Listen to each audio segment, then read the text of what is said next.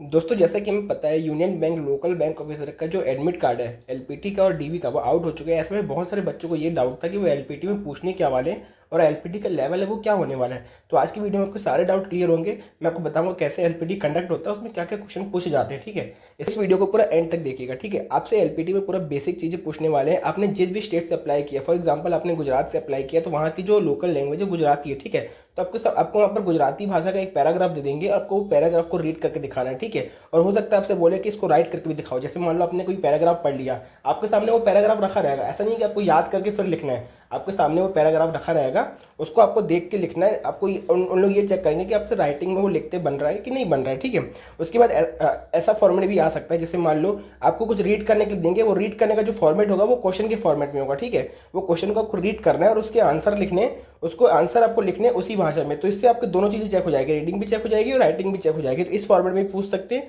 और इस फॉर्मेट में भी वो पूछ सकते हैं। ठीक है, तो बिल्कुल ही बेसिक क्वेश्चन वो पूछने वाले हैं। ऐसा नहीं है कि जो ये क्वेश्चन यहाँ पर इन लोग पूछेंगे उसके लिए आपको कुछ अलग से पढ़ के जाना है, बिल्कुल कुछ पढ़ के नहीं जाना है। आपको इसके लिए कुछ तैयारी करनी ही नहीं है। अगर आपको वो लैंग्वेज अच्छे से बनती है, आप उसी स्टेट के हैं, तब वो कुछ तैयारी करने की जरूरत नहीं है। आप डायरेक्ट वहाँ पर कॉन्फिडेंस से जाओ, आप आराम से उसमें पास हो जाओगे। ठीक है, दिक्कत उन लोगों को हो सकती है जो किसी और स्टेट से अप्लाई किए हैं और वो भाषा उनके लिए बिल्कुल नहीं है, तो ऐसे में उनके लिए बहुत दिक्कत जा सकती है। उनको ये सब भाषा जो है वो सीखनी पड़ेगी वहाँ पर। ठीक है, अगर थोड़ा बहुत काम चला सकते हो तो आप चला सकते हो, लेकिन थोड़ी बहुत मेरे को लगता है दिक्कत आ सकती है आपको, क्योंकि न्यू लैंग्वेज सीखने में टाइम लगता है। ठीक है, तो इस फॉर्म में मैंने आपको फॉर्मूला बता दिया कैसे कैसे क्वेश्चन पूछ सकते हैं उन लोग। और क्वेश्चन की आप कोई टेंशन नहीं पानी, बहुत बेसिक क्वेश्चन पूछने वाले, कुछ अलग से पढ़ के नहीं जाना। ठीक है, और आप लोग और एक चीज़ और कर सकते हैं वहाँ पर, उन लोग बोल सकते हैं कि आप हमको एक पैराग्राफ पढ़ के सुनाओ। जैसे मान लो आपके सामने कोई पैराग्राफ होगा तो उसको आपको पढ़ना है और बोल के दिखाना है। तो इससे आपको ये चेक होगा कि इस इंसान से वो लैंग्वेज है वो उसमें बोलते बन रहा है कि नहीं बन रहा है। ठीक है, तो ये चीज़ आपसे वहाँ पर पूछने वाले। और बहुत सारे बच्चों को ये डाउट था कि जैसे मान लो हमने एलपीटी क्लियर भी कर लिया,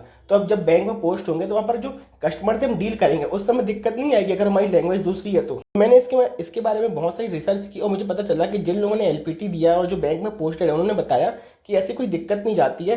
जैसे आप मान लो किसी और स्टेट के बैंक में पोस्टेड भी हो और अब वहाँ की लैंग्वेज आपके लिए बहुत अनजान है, लेकिन आपने एलपीटी पास कर लिया है, तो वहाँ पर लोकल बैंक में हेल्पर होते हैं, वॉचमैन होते हैं, वो आपकी हेल्प कर देंगे। तो उनकी मदद से आप आराम से वहाँ पर फंक्शन कर सकते हो और इतना कोई कठिन नहीं होता। एक बार आप वहाँ जाओगे तो आप इजीली अडेप्ट हो जाते हो वहाँ की भाषा से। ठीक है, तो आपको कोई टेंशन करने की जरूरत नहीं है, आप बिल्कुल कॉन्फिडेंस से जाओ और अच्छे से एलपीटी दे के आओ। ठीक है, इसके बाद भी आपको कोई डाउट रह जाता है तो मुझे कमेंट सेक्शन में पूछ सकते हो। चैनल पे नहीं हो तो सब्सक्राइब कर लो, टेलीग्राम चैनल ज्वाइन नहीं किया तो डिस्क्रिप्शन में लिंक मिल जाएगी। तब तक के लिए गुड बाय।